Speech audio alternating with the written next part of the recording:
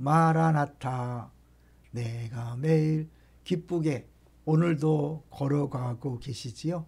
지난 한 해 동안 순례자의 길을 여행자가 아니기 때문에 요구하지 않고 모든 걸 감사함으로 잘 걸어오셔서 박수를 보냅니다.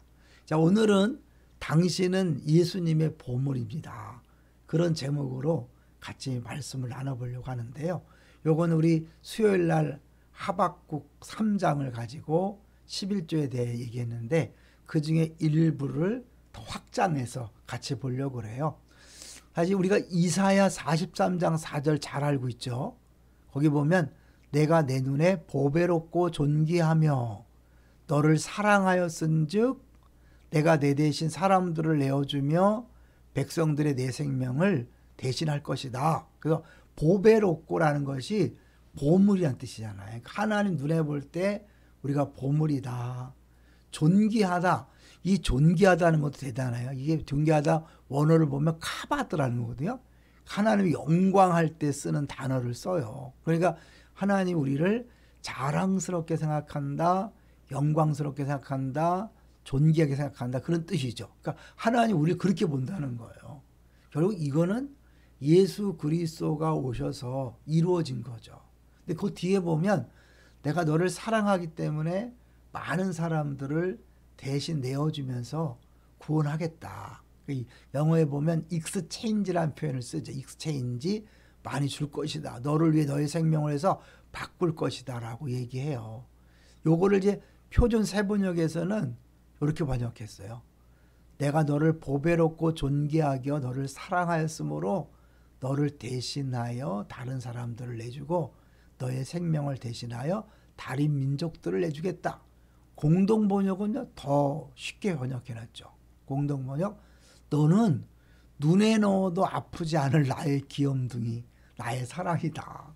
그러니 어찌 해안 지방을 주고라도 너를 찾지 않으며 부족들을 내주고라도 너의 목숨을 건져내지 않으랴. 그러니까 결국 하나님이 우리를 보물로 여기시고 존귀하게 자랑스럽게 여기시고 또 우리를 사랑한다는 거죠. 사랑하기 때문에 뭐든지 다 내어주면서까지 우리를 살려주겠다. 여기서 보면 이제 우리가 보통 이 보물들, 모든 보물들은 그것을 얻기 위해서 목숨을 요구하죠. 근데 놀라운 것은 예수님이 우리를 얻기 위해서 목숨을 내어줬다는 거예요. 그건 뭐냐면 예수님이 우리를 보물로 여기신다는 거죠. 사실 예수님이 보물이기 때문에 예수님을 얻기 위해서 우리가 보물을 드려야 되는데 거꾸로 보물이신 예수님이 우리들을 얻기 위해서 자기 목숨을 내어줬다. 그러니까 예수님은 우리를 보물로 여긴다는 거예요. 이거 이사야 말씀이 이루어진 거죠. 사실 우리들을 속량하기 위해서는 어마어마한 값이 필요하다고 그랬죠. 여기 보니까 시편 49편 8절에 보면 그들의 생명을 속량하는 값이 너무 엄청나서 영원히 마련하지 못할 것이다. 네, 우리들을 구원하기 위해서는 너무 엄청난 가격이 필요하기 때문에 우리는 불가능한 거죠. 1만 달란트 얘기하잖아요. 그러니까 이거는 예수님의 생명 외에는 우리를 구원할 수 없다는 것을 보여주는 거죠. 여기서 이제 잠깐 우리 말라기서 내용을 잠깐 보겠습니다. 그 수요일 날도 봤지만 만군의 여호와가 이르노라 너희의 온전한 11조를 창고에 들여서 나의 집에 양식이 있게 하라.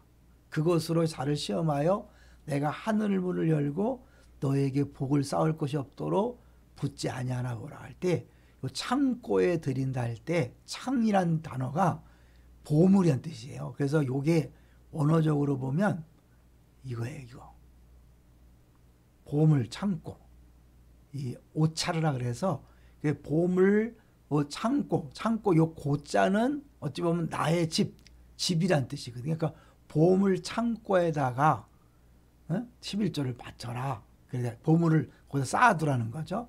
만약에 우리가 그 하나님 보물 창고에 내 보물을 쌓지 않는다는 것은 다른 곳에다가 다른 창고에다가 쌓는 것인데 그것은 다른 신전에 가져가는 거죠. 그러니까 우상 숭배를 위해 쓴다는 거예요. 그러니까 하나님께 드릴 것을 드리지 않는 것은 다른 신에게 바치는데 그 다른 신은 어떤 거냐?